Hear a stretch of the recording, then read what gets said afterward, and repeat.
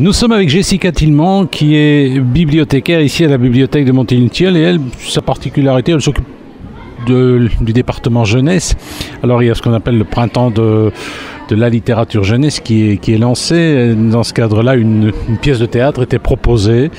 Et alors vous avez joué dans ces pièces de théâtre. Ça raconte quoi? Le titre tout d'abord? On a appelé ça Billy Bon Bandit, parce que Billy est un hamster qui doit devenir un bandit, mais c'est un gentil bandit.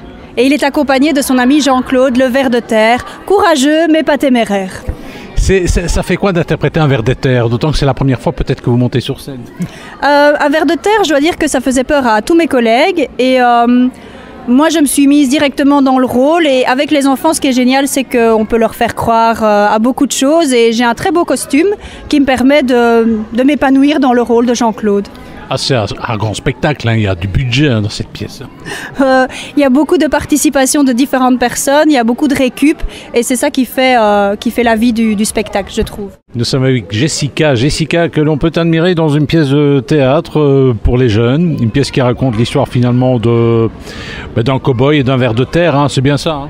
C'est ça, tout à fait. Alors justement, c'est la première fois que vous montiez sur scène? C'est pas tout à fait la première fois. Je fais beaucoup d'animations avec les enfants, donc j'ai du bagage à ce niveau-là. Mais c'est la première fois qu'on fait un spectacle aussi long. Alors, entre jouer sur scène et faire de l'animation pour les enfants, c'est quand même différent, non? On n'a pas le livre qui nous sert de support, donc il faut jouer toutes les scènes. Et pour moi, c'est encore plus motivant et plus vivant que de lire un livre. Nous sommes avec Jessica, qui est bibliothécaire ici à la bibliothèque de Montigny-le-Tilleul. Vous occupez du département jeunesse. On sait qu'il y a le printemps de la littérature jeunesse qui est lancé par la bibliothèque provinciale. C'est une belle opération. Vous croyez que c'est suffisant pour relancer la lecture? Tout d'abord, comment se porte la lecture au niveau des jeunes? Dans le cadre de vos animations, vous voyez bien un peu comment ils réagissent par rapport à la littérature?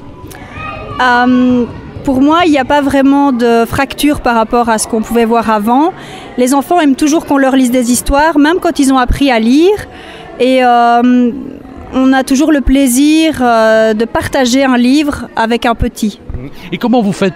Il y a un travail de préparation, j'imagine, en amont, hein?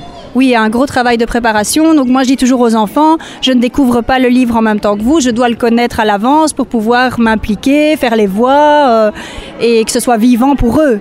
Nous sommes avec Jessica qui est bibliothécaire ici à la bibliothèque de Montigny-le-Tilleul. Elle s'occupe notamment du département jeunesse.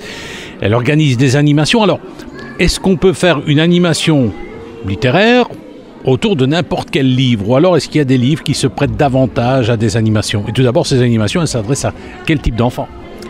Il y a des livres qui ont déjà un texte qui permet directement d'être dans l'ambiance de ce que l'auteur a voulu faire passer comme message.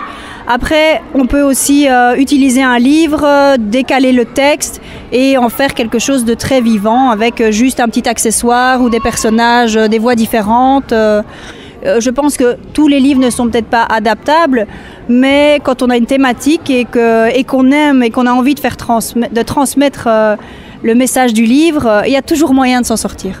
Et les parents, comment ils réagissent? Eh bien, les parents... Ils aiment bien aussi qu'on leur raconte des histoires. Oui, les parents sont souvent au bout de la salle et puis se rapprochent et puis ils vivent l'histoire avec leurs enfants. Ils le vivent pendant et ils le vivent après aussi.